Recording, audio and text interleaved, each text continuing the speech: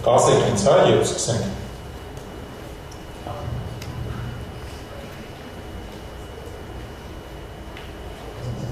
Բարև հարգելի հյուր, հարգելի հանդիսատես։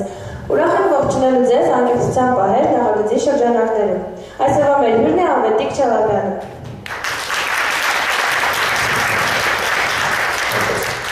Հանդիպման տևողությունը 60 րոպե։ Հանդիպումը լուսանկարահանվում է։ Նկարահանված նյութը կարող է տեղադրել համացանցում։ Վճարի հեռախոսներով կամ այլ սարքերով տեսանկարահանումը կամ ձայնագրությունը խստիվ արգելվում է։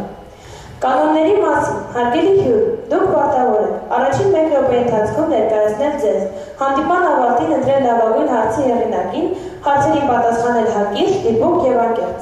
Հարգելի հյուր, դուք իրավունք ունեք հրաժարվել հարցին պատասխանելուց 3 անգամ։ Հարգելի հանդիսատես, դուք պարտավոր եք հյուրին ուղղել բոլորի համար հետաքրքիր, հակիրճ, ցենզուրայի մեջ հարցեր, հանդիպան ավարտին գնահատել հյուրի անկեղծությունը։ Հարգելի հանդիսատես, դուք իրավունք ունեք հարցից ցանկացած նոր հարցերը նույնպես ուղղել հյուրին։ Ես որպես հանդիպան մոդերատոր պարտավոր եմ հետևել հանդիպան ժամանակին եւ կանոնների պահպանմանը։ Ես իրավունք ունեմ որակազրկել ցենզուրայից դուրս հարցը կամ պահանջել վերաձևակերպել այն։ Հանդիպանը սկսված է։ Խնդրեմ անջատել բջջային հեռախոսների ձայնը, սրահում պահպանել լռություն։ Հարգելի հյուր, խնդրեմ 1 րոպեի ընթացքում ներկայացնել ձեզ։ Ավետիք Չալաբյան, Մակենզի ընկերության ԱՊՀ եւ Ռուսաստանի ծանոթությունների գծով տնօրեն, կրթության ֆիզիկոս։ Այլ ակումբի վարչության անդամ, Վերադարձ Հայաստանի կազմակերպության խորհրդի հիմնադիր եւ խորհրդի անդամ, ինչպես նաեւ մի շարք այլ կազմակերպությունների անդամ։ Ձեր կողմից ծառայում եմ։ Շնորհակալություն։ Քանի որ անցյալ հանդիպման ժամանակ Մարիա Աղոյանի հարցը համարվել է լավագույնը, այսօր նա իրավունք ունի ուղղել առաջին հարցը։ Здравствуйте. Вы можете охарактеризовать вас в 3 словах? Ես բոլոր հարցերին հայերեն կպատասխանեմ, անկախ նայած ինչ լեզվով տրվում։ Ինձ թվում առաջինը ես մարդ եմ, երկրորդը հայ մարդ եմ, երրորդն էլ տղամարդ եմ։ Merci. Ինչ է ձեր համար իսկական հայ լինելը։ Հայ լինելը Աստծո հետ ներդաշնակցության մեջ ապրելը։ Merci.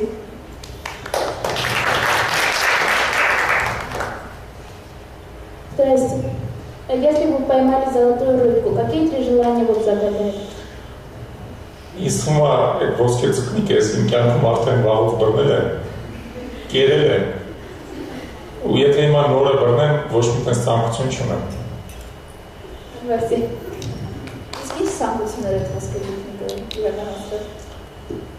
Շատ ցանկություններ։ Տեսեք, կինս ներկա է այսօր, եւ մենք 3 երեխա ունենք, հրաշալի,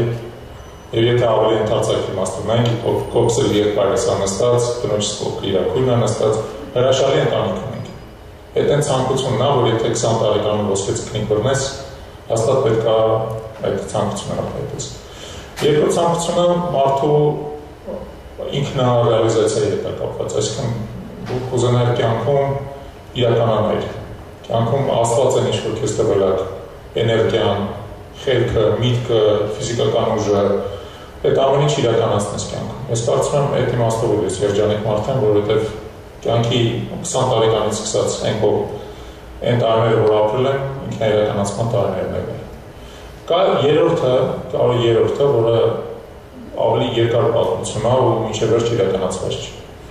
Դա մարդու տեղն է պատմության մեջ, իր երկրի պատմության մեջ, իր տարածաշրջանի, աշխարհի պատմության մեջ։ Ես կարծում եմ, որ այդտեղ եթե ոսկե ձկնիկ բռնեի, ոչ թե ցանկություն կա, այդ ցանկությունը կա մեջս, բայց ցանկությունը մինչև վերջ իրականացված չի։ Ես կուզենայի, որ ընդհանրապես մենք հանդիպենք 10 տարի հետո ու ապրենք ավելի հզոր երկրում, ավելի առողջ հասարակությամբ,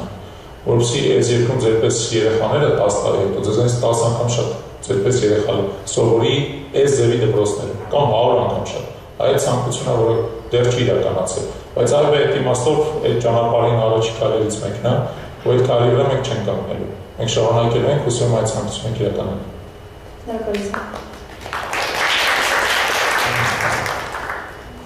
Նույնիսկ բարեցես, իսկ ինչ-որ իդեալ ունեցել եք կամ հիմա ունեք։ Իդեալ դուք նկատում եք մարդու իմաստով, թե մարդու։ Գիտեք, ես երևի երբեք կյանքում կուրքեր չեմ ստեղծել իմ համար։ Երբեք կուրքեր չեմ եղել։ Երկու իդեալ եմ ունեցել, եթե անկեղծ ձեզ ասեմ, Հիսուս Քրիստոսով, Ալեքսանդր Մակեդոնացի։ Մնացածները բոլորը եղել են այն մարդիկ, որ իմ կարծիքով իրանց իրականացածը կարող եմ ես էլ իրականացնել, եթե շատ աշխատեմ։ Այդ երկուսը իրականացածը չեմ կարող կրկնել, որտեղ դա պատմության մեջ ունի կալայվել ու եղել է իր մասշտաբով այնքան մեծ, որ հնարավոր չի կրկնել։ Մնացածները կարելի է, ձեզանից յուրաքանչյուրը կարող է փորձել դառնալ նոր Էյնշտեյն, նոր Չերչիլ, նոր Անդրե Աբասի, նոր Արտուր Աբրահամ եւ այլն, այդ բոլորիս հասվի է։ Այդ իմաստով իդեալ չունի։ Իսկ դուք համաձայն եք այդ մտքի հետ, որ ամեն մարդ կարող է յուրովի լինել, ինչ-որ մեկին պետք չի, որ մտածի, որ ինչ-որ մեկին նմանվի։ Բացարձակ իհարկե, մեզ պետք չի լինել ուրիշների պետ։ Մեր ամենամեծ իրական արժեքը լինել ինքներս ինքս։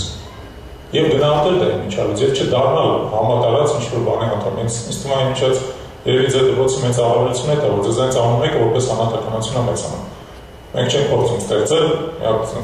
զգաստ շարք, որ բոլորը կանգնած են, ասենք ասում են, մենք այլականներ ենք, չէ, ձեզ այնց ամեն մեկը անձ է, ամեն մեկը անհատականություն է, որպես անհատականություն պետք է մեծանում։ Կուրքերը չստեղծեք իմիջիալից, այո։ Շնորհակալություն։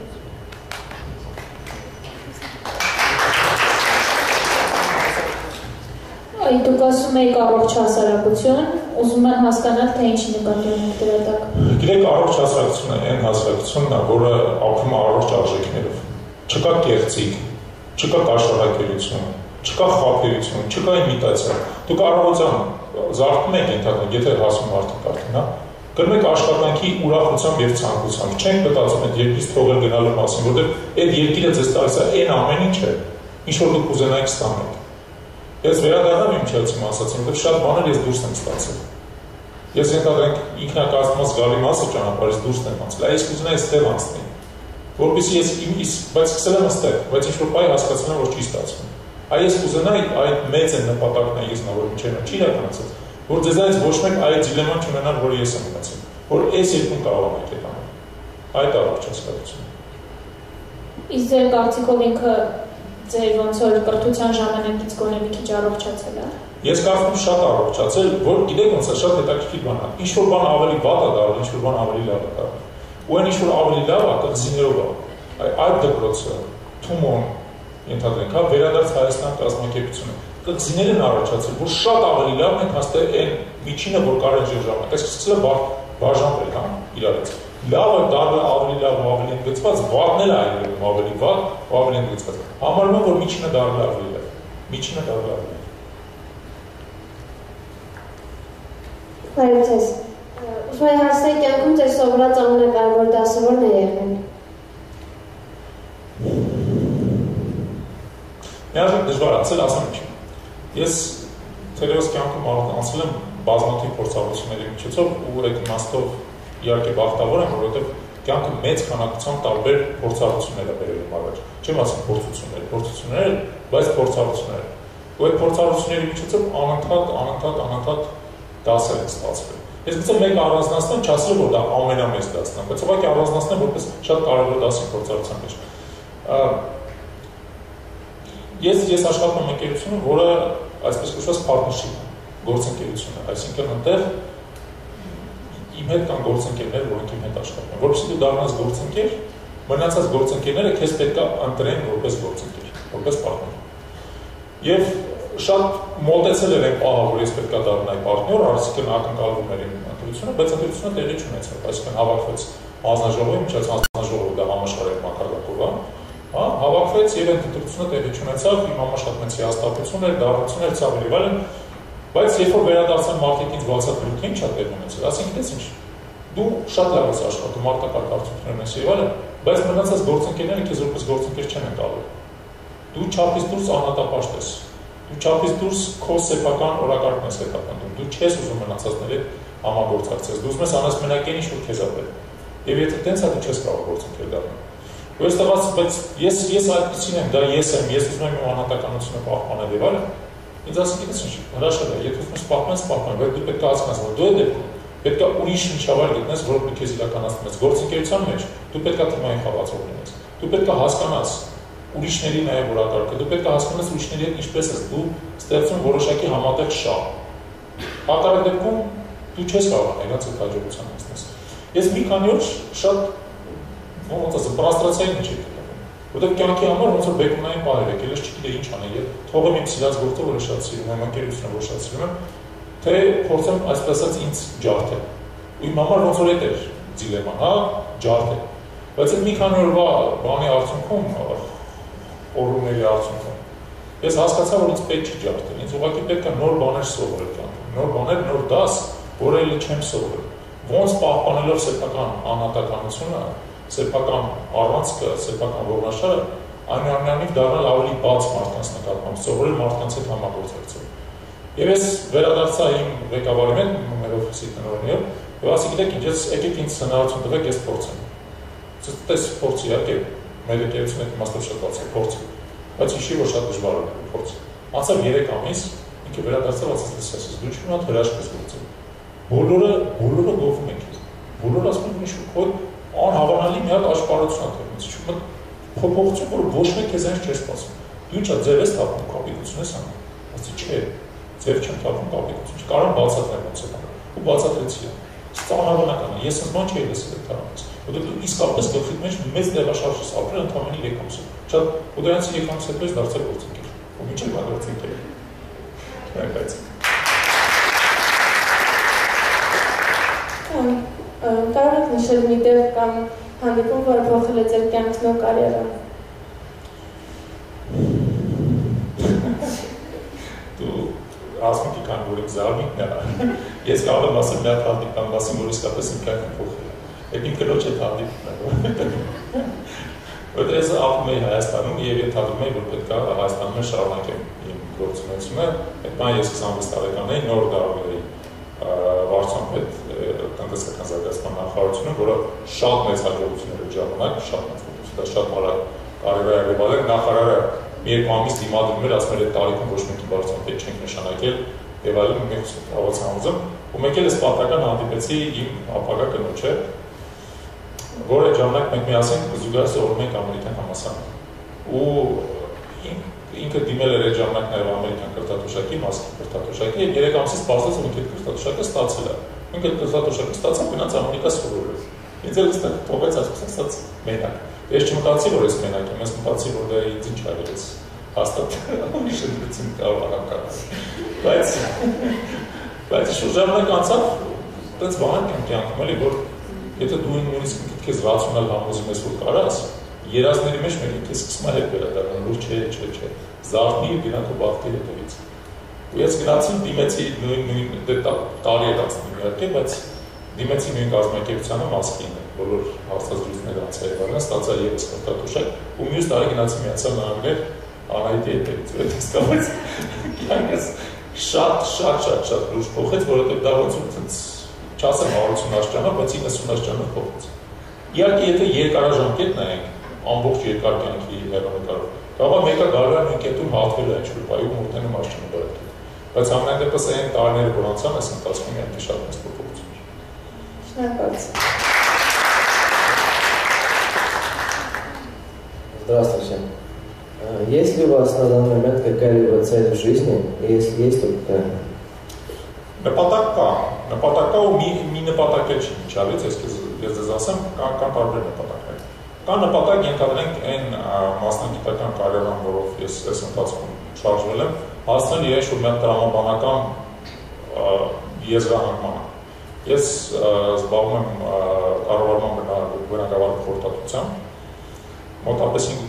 12 տարի աշխատում եմ Մարկիզի ընկերությունում, դա իսկապես շատ լուրջ ստաժ է, որովհետև այդ ընկերությունում մարդիկ միջինաշոր 3-4 տարի են աշխատում։ Իհարկե կան ստաժավորները, որ ինձանից ինտերնետ 2 անգամ երկար են աշխատում, բայց բոլոր դեպքերում դա որոշակի տրամաբանություն ունի, որը բարձրանում ու հասնում է ինչ-որ մի հատ տրամաբանական պլատոյի այսպես կոչված, սարահարթի,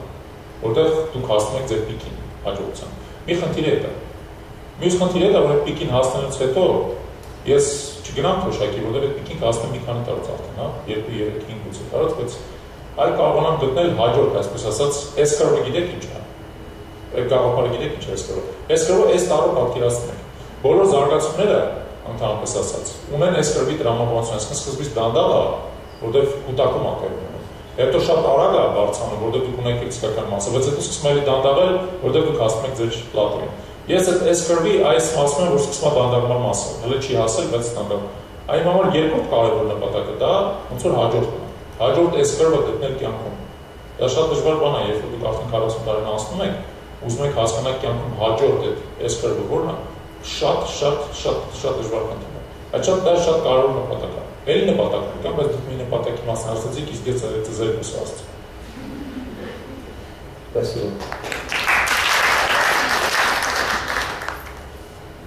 Բարև ձեզ, ինչ եք համարում աշխարհում ամենակարևորը ձեր համար։ Ոչ թե աշխարհում ամենակարևորը, այլ իմ համար ամենակարևորը։ Իմ համար ամենակարևորը ինքս ինձ հավատարիմ մնալն է։ Ինքս ինձ չդավաճանալ։ Որտեղ ինքս ինձ դավաճանեմ, չեմ կարողանա ապրել։ Այդ բանը ճիճուն էլի, կմտնի մի տեղից ու սկսի ինձ ներսից ուտել,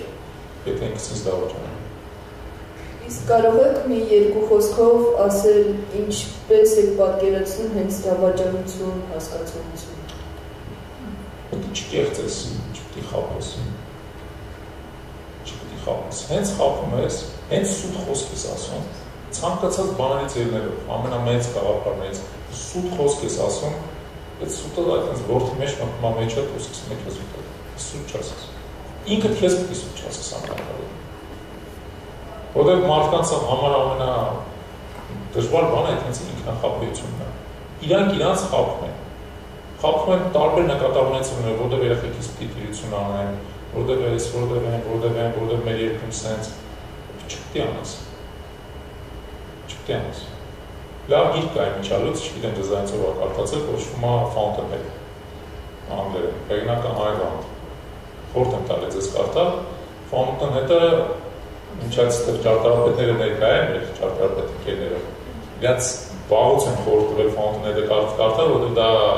ճարտարապետների մասին է, այնպես ճարտարապետության մասին է։ Բայց ամենաառաջին հերթին Fountainhead-ը դա չկեղծելու մասին է։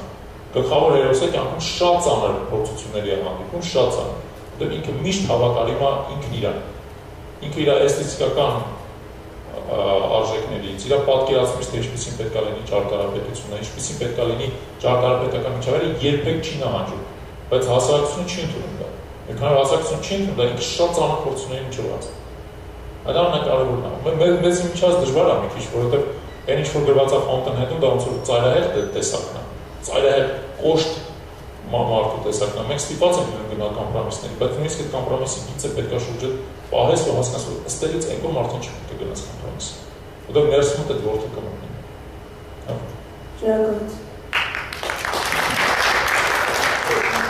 Вы можете с нами поделиться самым ярким вашим впечатлением из детства? Это климатությունը շատ շուտ է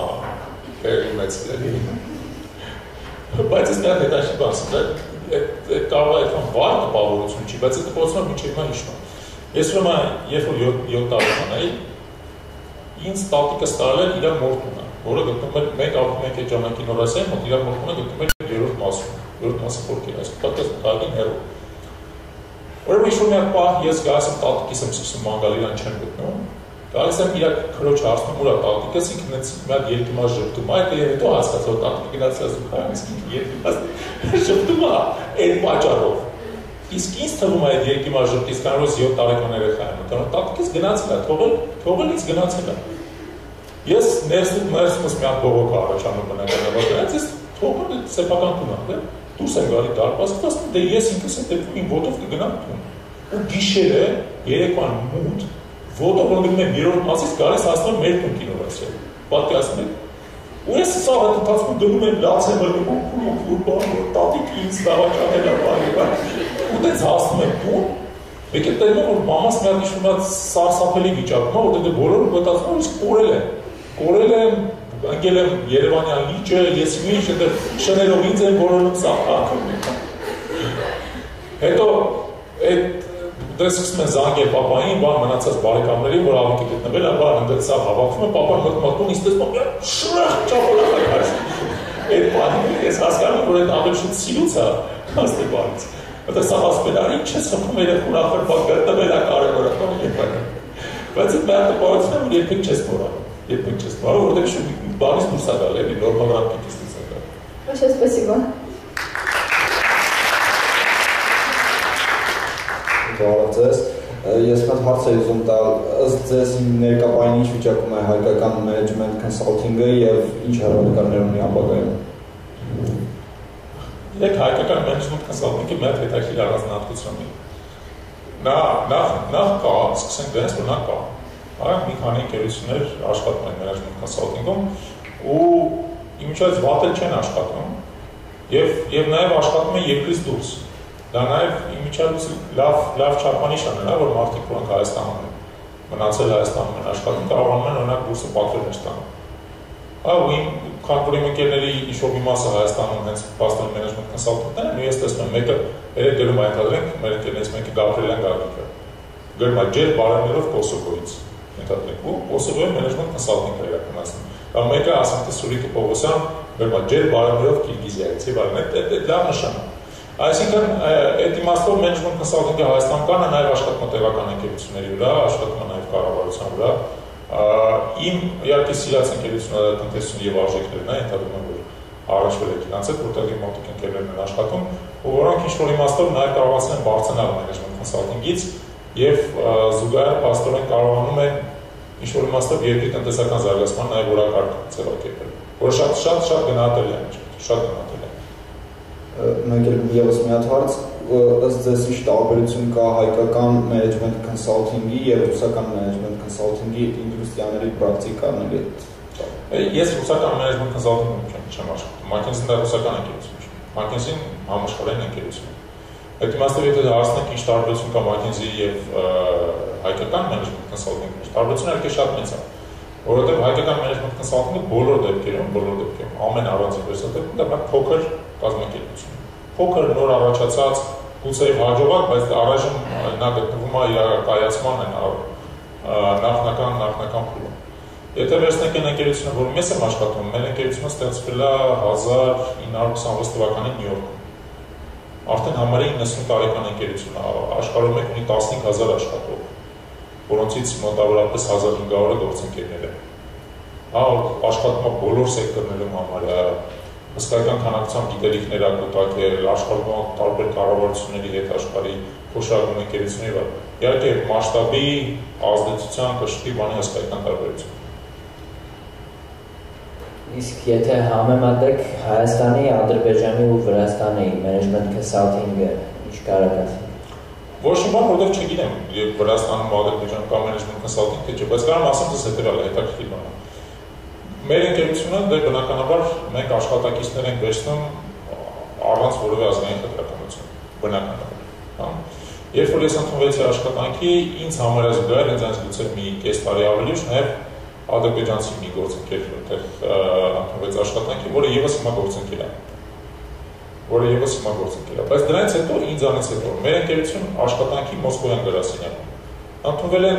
հիմա ասենք թե մոտ 10 չափ հայեր։ Մի 10 չափ, ես վերջերս ևս երկու երիտասարդ ընդունվեցին, մի 10 չափ հայ կա, բացի ինձ։ Ադրբեջանցի ոչ մի ադրբեջանցի չկա։ Ոչ որտեղ չենք ընդունում, մենք բոլորը առաջ բաց ենք, բայց որտեղ այդ մարդկային ռեսուրսը չկա։ Իրանց երկիրը այդ մարդկային ռեսուրսը management consulting-ը դա բարդ ոլորտ է։ Դա ըստեյցան դա պետք է միավորի բազմաթիվ գիտելիքներ, կարողություններ եւ այլն։ Չկա այդ մարդը չկա։ Չեմ տեսնում։ Շնորհակալություն։ Психологов часто спор возникает. Они говорят, что человек рождается, вырастает таким, какой он есть, в нем это заложено, а другие говорят, что его социум, в котором он растет, формирует. Как вы думаете? Ես կարծում եմ, տենց չի հարցի պատասխանը, որ կամ, իրականում երկուսն է, եթե մենք նայենք ընդհանրապես էվոլյուցիան հետաքրքիր մեխանիզմ ունի։ Նա ունի այսպես ասած սերունդից սերունդ հանձնման մեխանիզմ գենետիկայի միջոցով։ Իսկ այն գենը, որը ձեզ է փոխանցվել ձեր ծնողների կողմից, այդ այն ինչ-որ իրանք են ստեղծել, այսպես ասած, իսկ հետո դուք այդ գենը ստանում եք ու շարունակում եք այդ գենի վրա կառուցել։ Ու հետո ձեր երեխաներն արդեն կհանձնենք այն ինչ-որ դուք ստացել եք, բայց վրան կառուցել եք։ Եվ դա տեղի ունենում իրականում ոնց որ երեք ուղղությամբ, դա այն գենն է, որ ձեզ տրված է, սոցիումի ազդեցությունն է ձեր վրա, բայց նաև ձեր անհատական ընտրությունը։ Ձեր անհատական ընտրությունը շատ կարևոր է։ Շատ կարևոր, որովհետև ես ինքս օրինակ վատ սոցիումում եմ մեծացել, ու ես այդ վատ սոցիումից իմ կողքը մեծացողները լրիվ տարբեր ճանապարհներով գնացին։ Հանցագործություն, բան եւ այլն շատ եմ տեսել։ Բայց ես ինքս իմ ընտրությունը ինչ-որ բան տենց ստացվեց, որ իմ ընտրությունը եղավ ուրիշ ընտրություն։ Այդ ընտրությունը անելու պահից ես շրջեցի ու գնացի այն ճանապարհով, որով գնացել եմ։ Հիմա մի քերագնահատեք այդ երրորդ մասը։ Որն է ձեզ տրված ամենագլխավոր խորհուրդը եւ այն ով է այն տվել։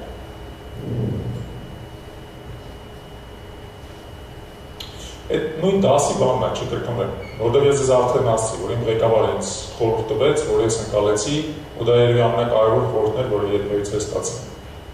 Շնորհակալ։ Ձեզ ինչ իրական սկզբունքներով եք շարժում կյանքում, որոնց երբեք չեք տարածում։ Հիմնական ամենակարևոր սկզբունքը դա սուտ չասել։ Էթերիկ է ձեր։ Չէ, էթերիկ չէ։ Ուրիշ կարևոր սկզբունք, այդ ուզում ես արդյունքի հասնես պիտի աշխատես։ Պիտի աշխատես։ Առանց աշխատանքի ինչ ուզում եք գեներ ունենաս, ինչ ուզում եք ես տրված է Աստծո կողմից, քո ծնողներից եւ այլն։ Չես աշխատում, արդյունքի չես հասնում։ Եվ եթե ուզում ես արդյունքի հասնես, պետք է միշտ հիշես, որ աշխատես։ Հիմա այդ երկու սկզբունք իրար միավորենք, մենք շատ կարևոր երրորդ սկզբունք կա։ Եթե հաջողության չես հասել, պատճառը մանարի քո չաշխատածի մեջ։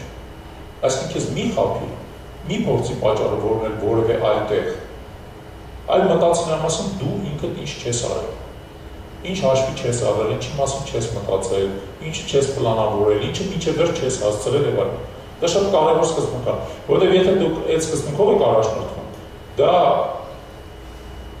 չի բերում նրան, որ դուք բացարձակ խոսափեք սխալներից, որովհետեւ սխալները մեկը կանեք, անհաջողությունները մեկը կնեք։ Բայց դա բերում է նրան, որ սխալները ու անհաջողությունները երբեք ծանր չեք տանում,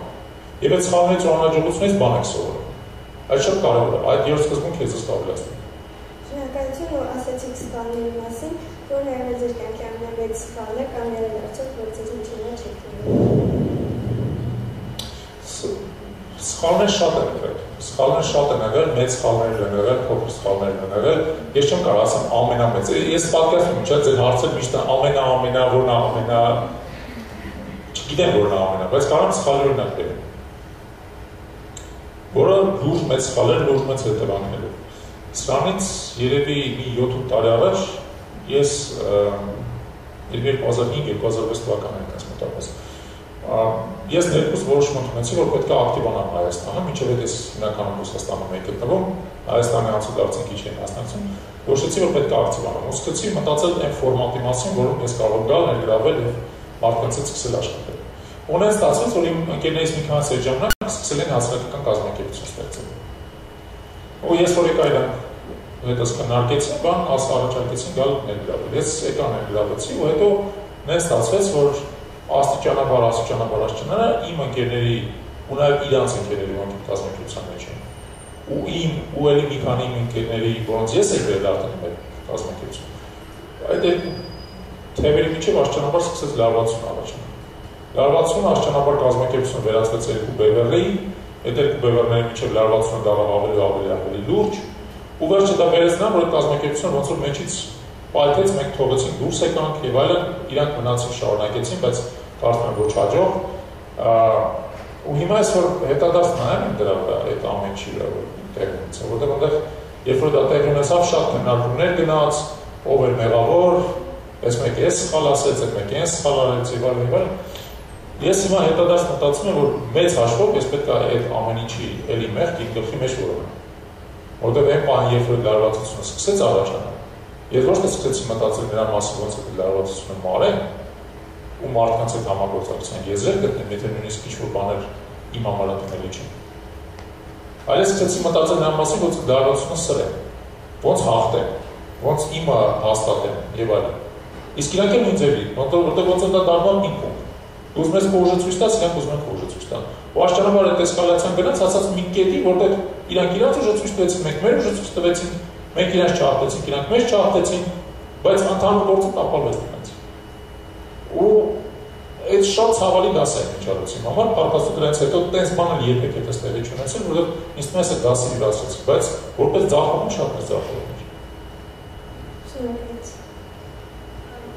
Բարև ձեզ, ես մի հատ հարց ունեմ։ Լինելով բիզնես խորհրդատու, երբևիցե ցանկություն ունեցել եք կամ ունեք ձեր սեփական բիզնեսը հիմնադրելու ու ինչ ոլորտում կուզենայիք այն հիմնադրել։ Նախացած որ ես իմ սեփական բիզնեսը դեռ 2003 թվականին հիմնադրել եմ, չէ՞ որ ունեմ սեփական բիզնես։ Այդտեղ հետաքրքիր sense մի հատ դիլեմա կա։ Որպես բիզնես խորհրդատու մենք խորհրդատվություն ենք մատուցում շատ խոշոր հսկայական ընկերությունների, որոնք միլիարդավոր եւ երբեմն նույնիսկ տասնյակ միլիարդավոր դոլարների շրջանառություն ունեն։ Հա, հսկայական բիզնեսներ։ Բարդ խնդիրներով, մեծ քանակությամբ մարդկանցով, որոնք այդ դրա մեջ ներգրաված են, եւ այդ շատ մեծ մասշտաբի խորհրդատվություն է։ Եթե դուք ստեղծեք ձեր բիզնեսը, եւ ես ստեղծեմ ես, որպես կամ փոքր է։ Իհարկե, եթե դուք զբաղվեք դրանով անվերապահ, մենակ դրանով զբաղվեք, ինչ-որ հավանականություն կա, որ ինչ-որ ժամանակ հետո այդ բիզնեսը դառնա մեծ բիզնես։ Ես օրինակ Մոսկվայում ընկերներ ունեմ, ոնց մեկին դուք օրինակ գիտեք երևի Արտուր Ջանաբեկյան, հնարավորինս դրա արխիվի ութանացել։ Օրինակ Արտուրը սրանից 8-9 տարի առաջ սկսել դրա շատ փոքր բիզնես, comedy production-ը, որը այդ ժամանակի ընթացքում դարձավ մեծ ու շատ հաջող բիզնես։ Շատ հաջող բիզնես։ Երբ որ ես մի քանի անգամ երբ քննարկել եմ դա Արտուրի հետ, ես մտածում եմ լավ կլներ ենթադրենք ես էլ երբերից այդպես բան արած լինեի։ Հրաշալի կլներ։ Ես շատ հպարտ կլինեի հիմա, եթե օրինակ ես լավ այնպես սկսեի ինչ-որ մի բան, որը շատ փոքր էր ժամանակ, իսկ հիմա այդպես մասշտաբ է արձակվել։ Բայց մենք հետ տեղի չունեցել։ Ես գնացել եմ ուրիշ ճանապարհով։ Գնալով ուրիշ ճանապարհով ես հասել եմ այն հաջողություններին, որոնք կարելի է հասնել այդ ճանապարհի մեջ։ Այդ ճանապարհի մեջ։ Ու այդ իմաստով հարցը ես կուզենայի ստեղծել իմ բիզնեսը, հələ կապապատում եմ ստեղծել։ Կարող է մի հատ պահ գա, որ եւ ասում էին, սիրակ չեմ, որ ինչ-որ պայ կգա պլատո, չէ՞։ Կարող է պլատոից հետո հաջորդ այս կորը, հա, քրվը թարգմանությունը կտա այս կորը։ Հաջորդ այս կորը լինի բիզնեսը։ Իհարկե բիզնեսը կլինի ավելի մեծ մասշտաբի մեջ, որտեղ ավելի շատ ռեսուրսներ կա, ավելի շատ պատկերացումներ կա, ավելի շատ հնարավորություններ կա, կարող է սկսել ու մենք ինչ-որ մատ հետաքրքիր բան անել։ Բայց միշտ գլխի մեջ է կա։ Ասացիք, որ մասնագիտությամբ ֆիզիկոս եք, չէ՞ եղել։ Կրթությամբ ֆիզիկոս եք եղել, ինչով պայմանավորվեց ձեր այդ կտրուկ փոփոխությունը ֆիզիկոսից։ Այդ լավ հարց է, նախ կտրուկ չի եղել, եղել է աստիճանական մի մոտ, բայց փոփոխության այն պահը, երբ որ այսպես ասած գլխում տեղի ունեցավ փոփոխություն, շատ հետաքրքիր էր, որովհետև իմ ծնողները ֆիզիկոսներ էին եւ իրանց ընկերների մեծ մասը ֆիզիկոսներ ու մաթեմատիկոսներ էին եւ երբ որ եկավ ու հայրիկիս ասի գիտես ես այն ամենի վերջի ֆիզիկայով չեմ զբաղվում ուզում մասշտաբար տնտեսություն բիզնես եւ այլն մի հատ մեծ կամպանիա բարձրացավ ինձ ձախկելու եւ բախարակելու էլի ասում դες հիշում եմ հայրիկիս ընկերները գայս ասում են դա դու ոնց կարող ես դավաճանել դու ոնց կարող ես ֆիզիկային դավաճանել որովհետեւ ես միջև այդ սովորել էի ասում իրանց մի մասից նույնիսկ դասավանդել էին հա շատ մոտ է իրանց հետ դիվանը ու այդ դառել մի հատ իսկապես մեծ ողբերգություն որ ոնց բան եւ ալիքը չի ուզում ֆիզիկայով զբաղվել բայց ինչի դուքում այդ ամեն ինչը տեղի ունեցավ որովհետեւ ինչ որ պահից հետո ես երևի մտածի հետեւյալը որ ամեն մարդ պետք է փորձի կանանա նրա մեջ ինչ որ ամենա այսպես ասած ճիշտն է իրան որը իր տրված ունակությունները կարողությունները մաքսիմալ իրականացնի իմ կարծիքով ես ճիշտ ընտրություն արեցի որովհետև ես ֆիզիկայում ավելի քիչ կկայանայի քան ես կայացա այն ոլորտում որ իմ համար ընտրեցի եւ դա կապված է նրանից եւ պայմանավորվածանալով ես ինչ էի ինձանից ներկայացնում որոնք էին իմ մեջ եղած այսպես ասած այն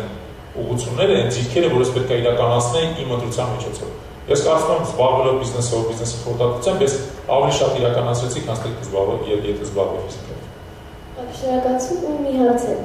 դուք ինչ տեղ եք տալիս հասարակության կարծիքին ինչի եք կապված եթե ինչ-որ ասենք դուք ինչ-որ բան եք ուզում ինչ-որ բան եք մտածում հասարակությունը ինչ-որ չափով դեպի բոլորը կարող մտածեն որ քիչ ձև անգորման լինի կամ այդպես ինչպես կվերաբերվեք ուրեմն տեսեք դա լավ հարց է ինչպես այն մասով ինչ որ վերաբերում է իմ անձնական կյանքին իմ ընտանիքի կյանքին իմ ընտրությանը ոչ մի կերպ չեմ վերաբերում հասարակական կարծիքին համարում որ հասարակության գործը չի իմ ընտրությունն է ու բացարձակ ինչ չի հետաքրքրում հասարակության կարծիքը այն մասով որ իմ գործողությունները վերաբերում են հասարակությանը իսկ իմ գործողությունների մի մասը վերաբերվում է հասարակության չէ ես մի քանի հասարակական նախաձեռնությունների անդամ իմ համար հասարակական կարծիքը շատ կարևոր է որովհետև եթե դու հասարակական գործունեությամբ ես զբաղվում դու զբաղվում ես հասարակության համար Իսկ դες զբաղվում ես հասարակության համար, հասարակության կարծիքի համար, պետք է առաջնային լինի, իսկ առաջնային։ Դու իրավունց համար ինչ-որ բան ես անում, պետք է հասկանաս խարած ոնց է գտնվում։ Դրանով հանդերձ ես փորձում նաև հասարակական կարծիքը մի քիչ նաև ուղղորդել։ Այսինքն տան հասարակությանը գաղափարներ, մտքեր, իդեաներ եւ այլն, որոնք որոշակի այդ կարծիքը կուղղորդեն։ Բայց իմիջիայլ ձեզ ասեմ, ստեղ էլ եկել կան, որոնք իշխանության մեջ են աշխատում, որոնց թվում է, որ իրենք պետք է մենակ զբաղվեն հասարակական կարծիքը ուղղորդելով, մանիպուլյացիայով։ Ես կարծում եմ, դա սխալ է։ Պետք է զբաղվել դիալոգով, այսինքն հասարակությանը պետք է տալ մեսեջներ եւ հասարակությունից պետք է ստանալ մեսեջներ։ Որովհետեւ մենք փորձում ենք մենակ վերևից օգտագործելով մեր ինտելեկտուալ մարդկանց ուղղորդել, դա սխալ է։ Մենք իրար շատ հեռու կգնանք նրանից, ինչ որ պետք է անենք իրական։ Դա պետք է անդադ դիալոգի միջոցով։ Спасибо. Как вы относитесь к людям, которые солгали вам? Ну, նախին շրջապատում այդքան էլ շատ մարդ չկա, որոնք կարող են սխալվել։ Որտեղ տարիների ընթացքում շրջապատը աստիճանաբար մաղվում է եւ այդտեղ մնում են մարդիկ, որոնց дու վստահում ես ու որոնց դու տեսել ես բազմաթիվ սիտուացիաներում։ Եթե ինչ-որ մարդից խաբի, ես այդ մարդու փոխել չեմ շփվում։ Может быть, он соврал, потому что считал это нужным, не знаю, он считал, что это правильно. Считал, что если он скажет вам правду, будет хуже. Լավ արցեք տալի, մարդու նաև տարիքից է կապված, որովհետև մարդիկ տարիքի և փորձի հետ գալիս են այն գիտակցությանը, որ պետք չի անուն բարու խաբել։ Լավ նկատառումներից ելնելով պետք չի խաբել։ Երիտասարդների մոտ դա ավելի հաճախ է հանդիպում, որ իրանք մտածում են, որ ինչն է ճիշտությունը ասենք, թե գուցե եթե ճշմարտությունը ասենք, ցավ կպատճառենք կամ գուցե ինչ-որ մի բան կանենք եւ այլն։ Դա համար գուցե մի քիչ պատասխանը ոնց որ նաև տարբերակված լինի կապված մարդու տարիքից եւ փորձառությունից։ Իմ տարիքիցներից, եթե ինչ-որ մեկին սխալվեց, այդ օրը չեմ շփվում։ Ես մի հարց ունեմ, դուք որ ասացիք, որ բնավորության փակ մարդ եք եւ գործ եք երեզես որպես տեսնել մի քիչ բարդ էր ձեր ընկերների համար, դուք ինչ արեցիք, որ արդեն դարձեք մարդկանց համար ավելի բաց։ Շատ լավ հարց է, շատ լավ հարց է։ Ես ճիշտ ասած փորձեցի հասկանալ այդ ամեն ինչի մեխանիկան, ինչա տեղ է։ Ինչմա փակության հետևանք ունի։ Եթե դուք փակեք, ինչա դա վերում։ Ես հասկացա հետևյալը, եթե դուք փորձում եք փակ լինել, մարդիկ աստիճանաբար փակվում են տոնակատվում, իրանք էլ են դառնում փակ։ Սկզբից տենց չի, որտեղ իրանք ոնց է իրանց էությամբ ավելի բաց մարդիկ են եւ պատրաստ են մի քանի անգամ ոնց որ ձեզ սկրիցի տալ։ Ավստալության։ Տալիս են, դուք այդ գրիցը չեք արդարացնում։ Ունենայց հետո դուք չեք արդարացնում, իրանք աստիճանաբար փակվում են, իրանք էլ են հեռանում։ Իսկ դա բերման որ դուք աստիճանաբար վակուումի մեջ եք հայտնվում։ Ձեր հետ ոչ մեկը չի աշխատում, չի խոսում, չի համագործակցում։ Դուք կտրվում եք։ Չեք կարող հաջողության հասնել հետո։ Ու երբ որ այդ գիտակցությունը գալիս է, երբ որ գալիս է այդ գիտակցությունը, սկսում ես մտածել, որ չես կարող հաջողության հասնել, չես կարող ինքդ քեզ իրականացնել, չես կարող իրականացնել քո իդեալները, եթե դա դու փորձում ես անել առանց մարդկանց։ Փորձում ես անել մենակ ինքդ քեզանով, իսկ մնացած մարդկանց դիտարկելով որպես ռեսուրս։ Քո խաղում։ Դենց հնարավոր չի։ Դա սահման ունի։ Այդ սահմանը ես հասա։ Ես այդ սահմանը հասկացա, որ դրանց ենքում էլ չեմ վերաբերում։ Իսկ գնամ դրանց ենքում, ես պետք է սկսեմ վերաբերվել մարդկանց, նենց ոնց որ ինքս ինձ եմ վերաբերում։ Ես ամեն մարդու շահը պետք է դնեմ նույն բարդ մակարդակի վրա, ոնց որ իմ շահը կամ ավելի բարձր լինի որոշ դեպքերում։ Եվ այդ գիտակցությունը աստիճանաբար գալիս է, իսկ հետո այդ գիտակցությունը սկսում է պայմանավորել քո գործողությունները։ Սկզբից դժվար է, որտեղ դու սովորել ես ուրիշ ձև գործելու։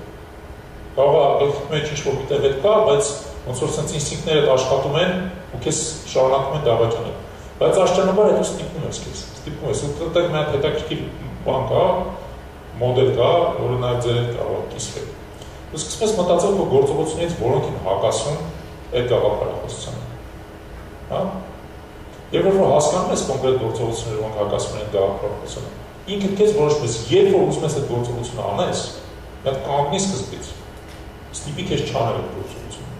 Իսկ հետո արա այդ գործողության ուղիղ հակառակը։ Այսինքն եթե մարդը քեզ բարևում է, այդ մարդուն այդքան լավ չես վերաբերում, հա, ենթադրենք։ Տրադիցիոն գործողությունը ավանդական հետևանքն է, փորձես նրան նենց բարևես ու աչքերի մեջ նես, որ այդ մարդուն նվաստացնես։ Իսկ որ դրա հակառակը, այդ մարդուն ժպտալն է։ Անդրոն ոչ թե ժպտալն է, կեղի ժպտալն է։ Այն էլ ժպտաց, որ այդ մարդու սիրտը բացվի կապում։ Դրա համար ամեն անգամ երբ որ հանդիպում ես այն մարդուն, որի միջև այդ կարող է լավ չէր վերաբերվում, դու քեզ ոնց որ ներսում ստիպես այդ մարդուն ժպտաս ու սիրտը բացես այդ մարդու նկատմամբ։ Ու ժամանակ անցնում է պատմում, որ այդ մարդկանց մարդու այդքան լավ չէր վերաբերվում, նորմալ մարդիկ են։ Իրանք են սկսում քեզ ժպտալ, իրանք են սկսում իրանց սիրտը բացել, ամեն մեկը չէ, բայց սկսում է դա տեղի ունենալ։ Այ հիշեք, եթե հակառակ գործողություն անելու տրամաբանություն։ Իսկ հետո դու սկսում ես այդ հակառակ գործողությունը անդադ անել ու սկսում է դա նաև ազդել գիտակցության վրա։ Մեկի գիտակցության մեջ հայտնում է կապը, ընդհանրապես մարդիկ ես որտեղ է ժպտա։ Ձեզ կարող եք բնութագրել ձեզ 15 տարեկանին։ Ես այն հիշեմ 15 տարեկանում, որտեղ պլյուս մինուսի հարց կա։ Ավելի 15 տարեկանը իմ համար հետաքրքիր տարիք էր, որտեղ ես մինչև այդ ակտիվորեն սպորտով էի զբաղվում, բռնցքամարտիկի ես։ Հետո 15 տարեկանում պարզվեցնես, որ սկսեցին աչքերս ցավալ։ Դա նաև սեռահասնացման տարիք է, որում մոտը շուրջ նաև անոմալիաներ են առաջանում ֆիզիկական։ Ինձ մոտ ձեր մոտ էլ կարող է ինչ-որ այդ տարիքում մեկի մոտ սկսում է ընկնել գլուխը ցավալ, մեկի մոտ Իմ մոտ սկսեցին աչքերի ցավը իսկապես, ու ես ստիպված եղա սպորտը թողել։ Ու սկսեցի նաև ոնց որ ինքս ինձ ու նաև այդ տարիքն է, որ մի երկու տարի արդեն պետք է գնաս ինտեգրենք համալսարանում, սովորես եղալ, ես սկսում ես նաև մտածել ինչով պետք է զբաղվես։ Ու գլխս մեջ մեծ կաշա էր, որտեղ մինչև այդ բացի սպորտով զբաղվելը նաև զուգահեռ արվեստով է զբաղվում։ Շատ տարօրինակ էր, շաբաթվա կենտ օրերը զբաղվում էի արվեստով, զույգ օրերը զբաղվում էի բռնցքամարտով։ Իմ նկարիչ ընկերները համարում էին, որ ես բարբարոս բաքսոր եմ, իսկ բռնցքամարտիկ ընկերներս համարում էին, որ ես պապկասուն նկարիչ եմ։ Տարենցի սրասեր էլի։ Ու դե շարունակում տարիների ընթացքում, այսինքն կերպարվեստով սարը շուտ էի սկսել զբաղվել, բռնցքամարտով 5-րդ դասարանից, բայց այդ աստղերում 8-րդ դասարանն էր, 8-րդ դասանում ես թողեցի բռնցքամարտը, ստիպված։ Ու կերպարվեստն էլ արդեն ցած վերջն էր գալի, ու 9-րդ դասարանը վերցնել, դե հիմա ձեր մոտ 12 դասարան, մեր մոտ 10 դասարան է։ 9-րդ դասարանում շատ հետաքրքիր է, որտեղ ես պետք է ընտրություն կատարեի այնուամենայնիվ միշտ ճանապարհով եմ։ Ուզում եմ զբաղվեմ կերպարվեստով, ուզում եմ զբաղվեմ իրավաբանությամբ, ընկերներն են իրավաբան, ասում են արի մեր հետ իրավաբանական ընտրություն։ Ծնողներս ասում են ֆիզիկայով պետք է, բայց ես այդ որոնումների շրջանում եմ։ Այդ որոնումների շրջանում եմ։ Այդ մի բանն է, որը բնութագրում է որոնումները։ Մյուս բանը, որ այդ տարիքն է, երբ որ դու սկսում ես արդեն ոնց որ քո մարմնի հասունությունը զգալ, դու տղայից սկսում ես այս ճանապարհ սկսում ես անցումը դեպի տղամարդ չես դառնում, բայց այդ անցումը սկսում է ժամանակ։ Ու սկսում ես այս գալ, ու սկսում ես աղջիկների վրա ուշադրություն դարձնել, ու սկսում ես ժպիտներ փոխանակել, բան եւ այլն։ Դա այդ տարիքի այդ մյուս ասպեկտն է, ոնց է, որը հետաքրքիր է, դրա արդյունքում ձեռքը ջարդվեց։ Մի անգամ տենց բան է, չէ, սար էինք բարձանում, ու խմբի մեջ աղջիկ կար, որի փորձում է ես ոնց որ սիրաշահեի, ինչ-որ պարուս ինձ ցույց տամ, թե ես ինչքան բան եմ, առնական եմ, տղամարդ եմ, բարձր ծառ կար։ Այդ ճանապարհը չէր, որոշեցինք ոնց որ ազգենք հասկանանք ճանապարհը ուր է։ Ես այդ ծառը բարձացա ու իջնելու ժամանակ տակես ճյուղը ջարդվեց, ես վերևից 5 մետր բարձրից ընկա։ Ընկա շատ ծառ էր միջավայր, շատ ծառ էր, մեջքից վրա թոքերը սպազմ ասկսում, երբ որ չես կարող շնչես, որ օդը չի մտնում, որտեղ թոքերը սպազմ, բայց ես քանի որ չգիտեմ, այդ բժշկություն լավ չի ասում, մտածել որ մահացել եմ արդեն։ Հետո աշճանաբար այդ սպազմ անցավ շրջանությունը սկսեց գալ, փառք Աստծո, բան ամեն ինչ նորմալ է, բան մի քիչ ուշք եկա, սա հավաքվեցին գլխից, այդ աղջիկները կապվեց գլխից, բան եւ այլն։ Ինձ բանտերը վերցին, շարունակեցին գնալ, բայց հետո սկսեցի զգալ, որ ձեռքից մեջ ցավ կա։ Հետո ոչինչ, բան եւ այլն, այդ նաեւ քանի որ ինձ պետք է ցույց տայի, այդ աղջկա իրերն էլ վրես քաշ տալի, մինչեւ հասան գագաթ, հետո ինչքանի գնում ենք, իջնում ենք, այնքան ցավ ուժեղանում, ձեռս սկսում է սառել ու սևանալ աշճան, որ կապտեն։ Ու իրականում պարզվեց, որ այստեղ ոսկորը ջարդվել է, գերակը սխմել է, արաշրջանառությունը թուլացել է ու ձեռը սառում է, լավ, այդքան սարսափել չի։ Հետո որ իջանք, այնտեղ բժիշկը դիլիջանում է ձեռքս տեղը գցեց, էլի շատ ցավոտ էր, բան մյուս օրը ձեռս կապած եկա, այս աղջիկը ասաց, «Օ, здравствуй, мой герой»։ Շատ ոչ չէ, այդ 15 տարեկանի լուզաներ էր, բայց այս խնդրում չսկսեք արդեն, իսկ 20 տարեկանի ոնց է սա։ Այդ կեղծ ժպտալուց խոսեցիք ու իմ մոտ այսպիսի հարց առաջացավ, այդ չի հակասում ձեր սկզբունքներին, այսինքն դուք ասում եք, որ ինքդ քեզ չպիտի խաբես, այսինքն եթե դու կեղծ ժպտում ես, բայց այսպես ասած չես ուզում, այսինքն այդ դու քեզ խաբում ես, չէ՞, այդ չի հակասում ձեզ։ Լավ հարց եք տալի, գիտեք, ինչ մարդիկ կան, որը ես չեմ ժպտա, որտեղ ես գիտեմ, որ այդ մարդը իսկապես հիմնական վատ է տրամադրված եւ ամեն հավանականությամբ այդ ժպիտը ոչ մի բան չի փոխում մեր հարաբերությունում, բայց մեծ հավանականությամբ այս մարդուն չեմ էլ հանդիպում։ Իսկ այդ մարդիկ, որոնք նորմալ են տրամադրված, ինձ ափսոս չի այդ ժպիտը, որտեղ մեծ հավանականությամբ այդ մի ժպիտը դա մեջ ոչ մի կեղծիք չկա, դու այդ ժպիտով մարդուն ցույց ես տալիս, որ դու բաց ես իրար նկատմամբ, որ դու չես վախենում այդ մարդուց, որ դու պատրաստ ես իր հետ խոսալ, որ դու պատրաստ ես իր հետ համագործակցել, ինքը կարող է չընդունի այդ ոնց որ ձեր մեկնած ձեռքը, դա չի ընդունում, այս անգամ չես անում, բայց եթե հանդիպում ես մի ժպիտը հաստատ ափսոս չի ու ոչ բաներ չի ակասում։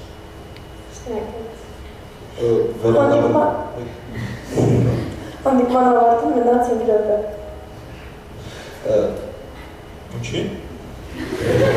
Վերադառնալով ձեր այդ մասնագիտությանը, ես որոշակի ինֆորմացիա ունեմ ձեր մասնագիտության մասին, գիտեմ, որ շատ ծանր աշխատանք է ու շատ խելացի մարդ պետք է լինես, որ խորհրդատվություն տաս ցանկացած տեսակի բիզնեսի կառավարչի, այ դուք ինչպես եք բնութագրում ձեր աշխատանքը։ Մեր աշխատանքում ընդհանրապես ասած մի քանի պահ կա, որ կարողանանք յուրացնել, որպեսզի հաջող աշխատենք։ Սկսում է իրենայից, որ պետք է սովոր լինենք շատ աշխատելու, չնվալու, անընդհատ ոնց որ հոգոց չքաշելու, որ վայ, այսօր էլ 12 ժամ գործի տեղը նստել է։ Աշխատանք շատ է, այդ մեկ։ Երկրորդը ինչ-որ իմաստով պետք է լինենք օրիգինալ մտածող։ Որովհետև այդ խորհրդատվությունը դուք տալիս եք խելոք մարդկանց, էլի շատ խելոք մարդկանց։ Ու այդ խորհրդատվությունը արժեք ունի, երբ որ այդ մարդուն, երբ որ դուք գալիս եք ու խորհուրդ տալու, այդ ձեր խորհրդի մեջ իր համար նորություն կա, խառնություն կա, սիտուացիայի վրա նայելու ոնց որ ուրիշ մնակ անկյուն կա, որ իր համար ոնց որ հեռանկարը դուք բացում եք, որ ինքը չէր կարող ինքը խելոք մարդ լինելով, այդ ամեն ինչ կառավարելով, ղեկավարելով, ինքը չէր կարողանում այդ լուծումը տալ, իսկ դուք եկաք ու այդ լուծումը տվեցիք։ Դրա հիմքում մի հատ կարևոր բան կա նաև, որ պետք է լավ կրթություն ունենանք։ Չնայած երբ որ ես մտածում ու ես բավական կայացած ու հաջողակ խորհրդատում, բայց շատ հաճախ այդ լավ խորհրդի հիմքում մենա, որ մեծ կրթական բազան է,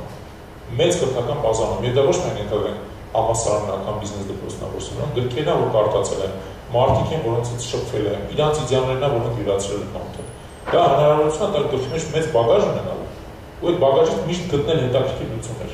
Այդ երկրորդ բանը։ Այսինքն դա մենակ քիչ է ունենալ խելք, այդ խելքը պետք է օգտագործել անընդհատ ու լցնել այդ խելքը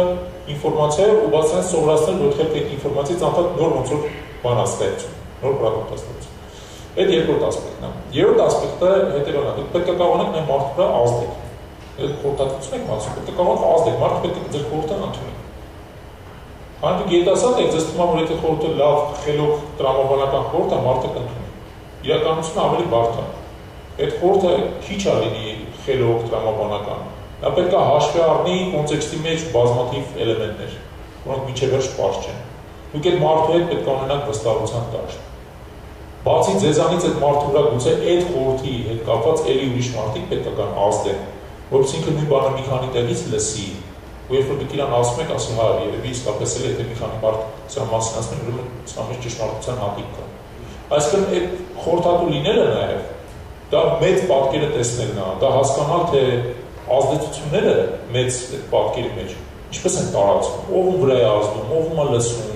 ով ում հետ է բանանում համագործակցում, ու ոնց է թաքնված սպանակներ օգտագործել։